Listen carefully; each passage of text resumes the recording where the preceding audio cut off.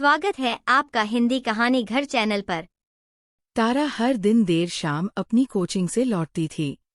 शहर के बाहर की सुनसान सड़क, हल्की ठंडी हवा और कभी-कभी डरावनी खामोशी। उस रात जब उसकी बस मिस हो गई तो वो अकेले सड़क पर खड़ी थी। उसी वक्त एक काली एसयूवी उसके सामने आकर रुकी। दरवाज़ा खुला और अंदर से एक गहरी आवाज़ आई, लिफ्ट चाहिए? तारा थोड़ी झिझकी, लेकिन फिर उस अजनबी की आंखों में कुछ ऐसा था जो डर की जगह दिलचस्पी भर गया। हाँ, वो बोली। उसका नाम अर्जुन था। सॉफ्टवेयर इंजीनियर, शांत लेकिन आत्मविश्वासी। पहली रात की वो 20 मिनट की राइड जैसे एक अधूरी कहानी की शुरुआत थी। फिर ये रोज का सिलसिला बन गया। अर्जुन हर रात उसी जगह होता, गाड़ी का दरवाज़ा खुलता और तारा उसी कॉन्फिडेंस से बैठ जाती। बातों का सिलसिला बढ़ा, हंसी, चुटकुले, फिर नजरें, और फिर एक दिन वो हो गया जो तारा ने कभी सोचा भी नहीं था। एक रात बारिश हो रही थी।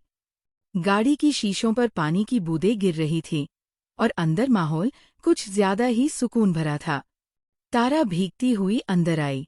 अर्जुन ने उसकी तरफ एक टिश्यू बढ़ाया, लेकिन इस बार उसके हाथ थोड़ा लंबे ठहर गए। तुम्हारे बाल भीग गए हैं, अर्जुन ने कहा और अपनी उंगलियों से उसकी लटों को पीछे किया। तारा ने उसकी तरफ देखा और कुछ नहीं कहा।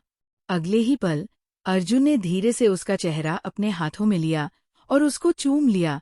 गाड़ी के भीतर धड़कनों की आवाज साफ सुनाई दे रही थी। तारा ने भी खुद को पीछे नहीं रोका। उसका हाथ अर्जुन की शर्ट के अंदर गया। कार के शीशे अब पूरी तरह से धुंधले हो चुके थे और अंदर सिर्फ दो जिस्मों की गर्मी थी। तारा ने धीरे से कहा, तुमसे मिलने के लिए अब मैं कोचिंग नहीं, बहाना ढूंढती हूँ। अर्जुन ने मुस्कराते हुए जवाब दिया, और मैं सिर्फ तुम्हारी खातिर इस रास्ते पर आता हूँ। हर रात वो कार एक नया संसार बन जाती थी, जहाँ कोई नहीं था, सिर्फ तारा और अर्जुन और उनका बेझिझक गहराता प्यार। अब वो लिफ्ट नहीं, इंतजार होता था। रात के 10 बजते नहीं कि तारा की नजरें वही रुक जातीं, उस काली एसयूवी पर। जैसे ही वो कार में बैठती, अर्जुन उसकी तरफ बिना एक शब्द कहे देखता और मुस्कुरा देता। तारा का होठों पर एक धीमी मुस्कान और उसकी आंखों में वो चमक जो अर्जुन को पागल कर देती थी। गाड़ी धीरे धीरे सुनसान रास्तों पर बढ़ती, लेकिन इस बार मंजिल की जल्दी नहीं होती। एक मोड़ पर आते ही अर्जुन कार साइड में रोक देता, उसी सुनसान जगह पर जहां सिर्फ पेड़ों की सरसराहट और सांसों की आवाज होती थी। आज फिर वही? तारा ने शरारत से पूछा। अर्जुन उसकी तरफ झुका। नहीं, आज और ज्यादा। उसने धीरे से तारा के गालों को छुआ। तारा की सांसें तेज हो गईं। उसकी उंगलियां अर्जुन के बालों में उलझने लगी। अर्जुन ने उसकी चुन्नी पीछे की। अब उनकी जगह बदल गई थी। ड्राइविंग सीट पीछे खिसक गई थी और गाड़ी की पिछली सीट पर एक पूरी दुनिया बस गई थी। तुम्हारी ये उंगलियां मुझे रात भर छूती रहें, तारा ने फुसफुसाते हुए कहा। अर्जुन ने कसकर पकड़ लिया और धीरे धीरे उनकी सांसें लिपटती गईं। कार हिलने लगी थी। शीशों पर फिर से धुंध छा गई थी और रात सिर्फ उनकी हो गई थी। कभी अर्जुन उसकी पीठ पर उंगलियां फिराता, कभी तारा उसके सीने पर अपने होंठ छोड़ती, और अर्जुन की बाहों में जादू। तुम्हारी ये कार अब मेरी दुनिया बन गई है, तारा ने कहा, और तुम मेरी, अर्जुन ने जवाब दिया। अब ये हर रात का सिलसिला बन गया था। हर दिन अलग जगह, अलग अंधेरा, लेकिन एक जैसी आग जो कभी कम नहीं होती थी। एक शाम जब तेज बारिश हो रही थी, तारा का फोन आया।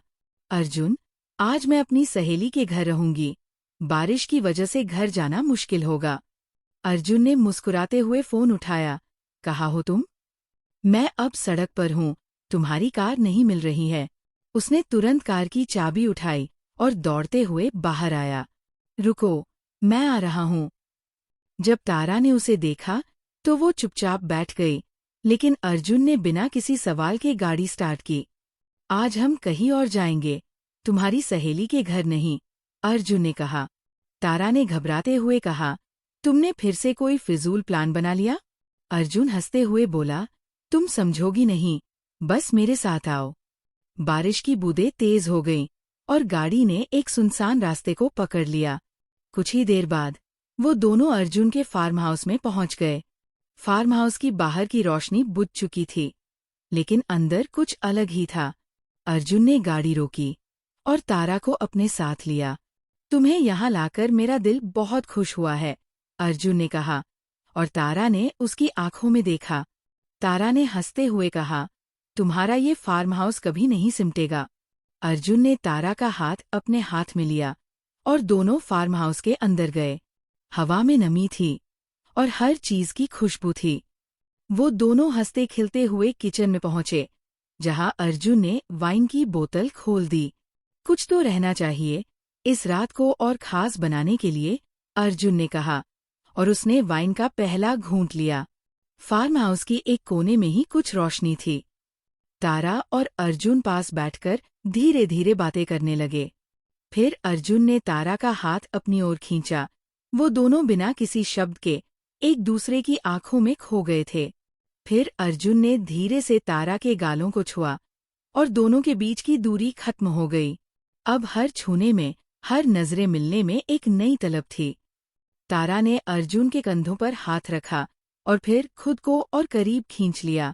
उनकी सांसें तेज हो रही थीं और दिलों की धड़कनें और भी गहरी होती चली जा रही थीं। फार्म हाउस में एक अजीब सी खामोशी थी। दोनों के शरीर एक दूसरे से जुड़ गए थे, जैसे समय थम चुका था। पूरी रात बारिश होती रही, लेकिन तारा और अर्जुन के बीच एक अलग ही मौसम था। रात का जादू कभी खत्म नहीं हुआ और वो दोनों अपने प्यार में डूबे रहे। अब रात के इस सफर में उन्होंने एक दूसरे को अपने आप में पूरी तरह से समा लिया। और इस बार ना बारिश, ना रास्ता, सिर्फ उनका प्यार और एक अनजान रात थी, जो कभी खत्म नहीं होने वाली थी। सुबह की हल्की धूप खिड़की से झांक रही थी। तारा अभी अभी उठी थी। अर्जुन अब भी सो रहा था। उसकी बाहें अब भी तारा के इर्द गिर्द लिपटी थीं। तारा धीरे से उठी, बालों को बांधा और फार्म हाउस से बाहर निकल आई। बारिश रुक चुकी थी, लेकिन जमीन अब भी भीगी हुई थी। तभी बगल के गेट से एक अधेड़ उम्र का आदमी निकला, फार्म हाउस का पुराना केयरटेकर। उसने तारा को देखा, फिर हल्की मुस्कान के साथ बोला, मैडम जी, आप भी। चलिए। अर्जुन बाबू ने इस बार थोड़ा ज्यादा वक्त दिया। तारा चौंकी। क्या मतलब? वो आदमी बोला, अरे कुछ नहीं, बस यही कि अर्जुन बाबू तो हफ्ते में 2-3 बार किसी न किसी लड़की को यहाँ लेकर आते हैं।